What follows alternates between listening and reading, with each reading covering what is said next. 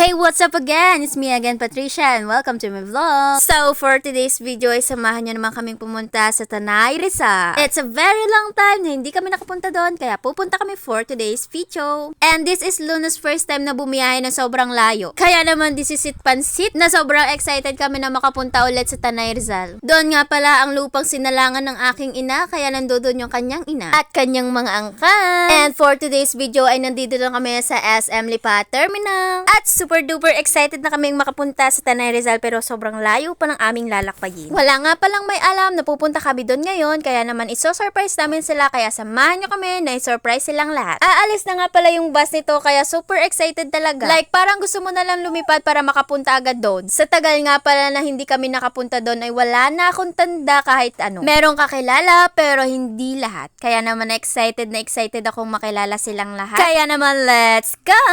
On the way to Maynila nga pala kami ngayon, kaya samahan nyo kami na maglalakbay papunta ng Maynila again and again. Eto nga pala si Luna ay tulala at hindi alam ang mga nangyayari sa mundo-mundo at hindi alam kung saan siya pupunta. Siguro nga sobrang antok pa siya ng mga time na to dahil sobrang aga namin siyang ginising. Alas 3 ng madaling araw nga pala kaming gumising, tapos alas 4 na kaming nakasakay. Shout out sa mga travel buddy, ito nga pala ang aking mga kasama. Eto na nga at nandito to na kami, hindi ko alam kung nasan na kami pero ipapakita ko na lang sa inyo, baka alam nyo kung nasan tapat na kami. Eto nga pala si Luna na enjoy sa mga nakikita niya sa daan na sobrang gaganda nga naman ng mga view. Dito kami sa may bintana para naman tanaw na tanaw namin ang lahat ng magagandang tanawin dito sa aming madadaanan. At makalipas ang ilang oras ay nandito na kami sa may Maynila. Oh, di ba? Hello Maynila. Sobrang tagal na rin hindi tayo nakakatungtong dito sa Maynila. Walang pagbabago, Maynila pa din to. Sobrang dali ng biyahe namin dahil walang ka-traffic sa mga dinaanan namin. Akala nga namin ay traffic dahil sobrang daming magbabakasyon for today's video pero hindi pala. Naging okay naman yung biyahe namin, kaya naman thank you Lord talaga. Tapos pagdating namin dito sobrang daming tao. Tapos agawan pa sa sasakyan. Kaya naman ay dumaan muna kami dito sa McDo para kumain dahil talaga namang nakakagutom ang magantay at maghabol-habol sa mga jeep na puno. Like sobrang hirap palang makasakay sa part na yun. Sobrang init, tapos ang hirap dahil madaming tao. Sobrang hirap dahil may kasama din kaming bata pero carry lang. Pagkatapos nga namin kumain ay dumiretso na kami dito sa may Cubao. Dito na kami sasakay papuntang Tanay. 4 na oras nga pala ang biyahe namin mula Cubao pa Tanay, kaya naman ito na kami, nandito na kami sa bayan ng Tanay. And this is it pansit, nandito to kami sa Tanay Rizal, sa mismong bahay ng aming angkan. Sobrang nakakapagod pero napaka worth it naman dahil nakilala na namin sila isa-isa. Kaya naman ay shout out sa inyong lahat, nice to meet you all. Eto nga pala yung bahay ng Tita Tess, kaya dito kami tutuloy. Tapos andun na si Lola, ang tawag po sa akin nung nakita ko ay si Claire daw pero si Patricia ako Lula. Sobrang dami na nga ang pagbabago, kaya lalo na hindi ko mga natandaan ang mga lugar na nandito. Tapos ayan na nga't unti-unti na nga dumadami ang tao dito. Ito nga pala ay ang angkan naming lahat dito sa Tanay Rizal. Sobrang dami niyan pero may idadami pa iyan. Eto nga pala si Lola, inaghay ko sa camera dahil siya ay tulala. Nag-aalala siguro na baka isama namin papuntang Batangas. Dahil niloloko namin siya na isasama namin siya sa Batangas. Ayun na nga at nagsama-sama na nga ang Akol family. Sobrang dami namin, hindi halata pero kitang-kita nyo sa video na sobrang dami namin. Yung iba dyan ay kilala ko pero yung iba ay hindi, kaya pasensya na, pero ngayon kilala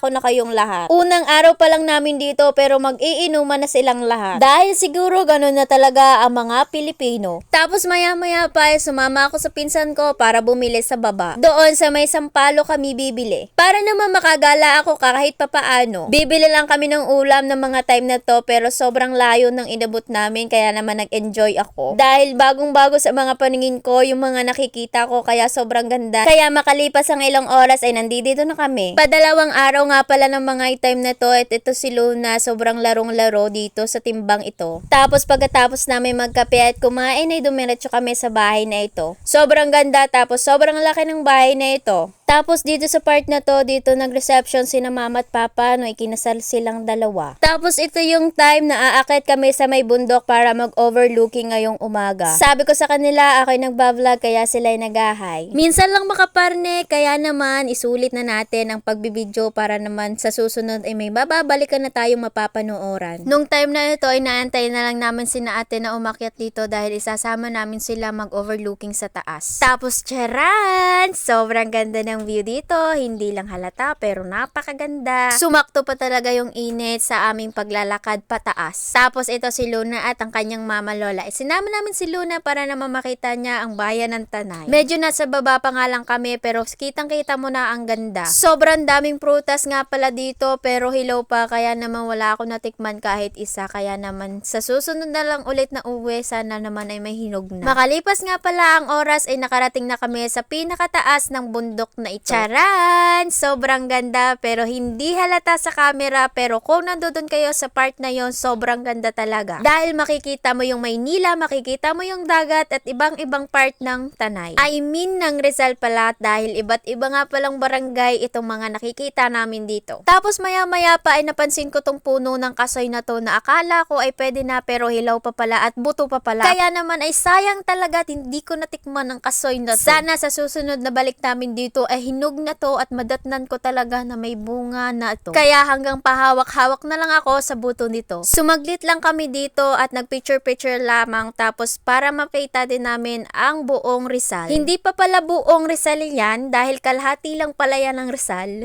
Tapos nung pumunta kami sa pinakataas pa ay nakita namin ito. First time ko nga palang makakita ng ganito kahit malayo lang. Eto nga pala yung last day namin dito sa Tanay. Ayan na nga at marami ng taong nandito at lahat yan ay angkan ng lola. I mean angkan ng mga akol nga pala ang lahat ng mga yan kaya naman iyan na nga at nagpipicture-picture na sila at nagbabanding-banding dahil malapit na kaming umuwi. Sobrang aga nga pala naming uuwi bukas kaya naman ayan nagbanding-banding na silang lahat nagsasaraya-sarayaw diyan. Ayan. Tapos hindi ko alam na singer at dancer pala ang mga angkan ng akol. Sobrang talented pala ng mga akol pero ako hindi naambunan ng kahit isa man lamang. Tapos maya-maya pa ay nakita ko ang pinsang kong ito ay pandali ng yugyug doon. Kaya naman ako'y utas ng tawa nang nakita ko siya. Mga wala pang tama ng alak pero mga pandali na talaga. O talaga namang serious na serious talaga sa pagsasayaw. Sana all malambot ang katawan talaga. Pwede na tong isali sa mga PGT talaga. Kaya naman sige igiling niyo lang yan. Kayang-kaya niyo yan. Kung may labanan talaga ay lalaban ko na talaga ang Akol family. Sa lakas nga ng tugtog at lahat ay nagsasayawan na kaya pati naman na rin si Luna ay nakikisayaw na din. Tapos shoutout nga pala sa pinsan kong itong hindi ko alam kung may tama naman ang alak o wala. Talaga namang hindi nagpapatalo si Luna sa labanang sayaw dito. Eto na yung time na uuwi na ulit kami ng Batangas. Tapos ipapakita ko na din sa inyo ang angka ng mga akol, ang mga kapatid ng aking ina. Medyo madali lang yung biyahe namin pa uwi kaya alas 10 pa lang ay nakarating na kami sa SM Lipa. Kaya naman bago kami tuluyang umuwi ay dumaan muna kami dito sa SM Lipa para mamasyal at para na din kumain dahil kami gutom na din dahil tanghali na din naman nito. Pangalawang time na nga pala ni Luna dito sa SM Lipa kaya naman tuwan-tuwa siya na makapunta siya dito dahil bata pa siya nung una namin siyang dinala dito. Mapapagod na lang talaga sa kakahabol kay Luna dahil gustong-gusto niya talagang umuli ng umuli at kung saan siya pumupunta. Kaya hanggang dito na lang. Salamat sa inyong panood. Sana magustuhan ninyo ang video ko.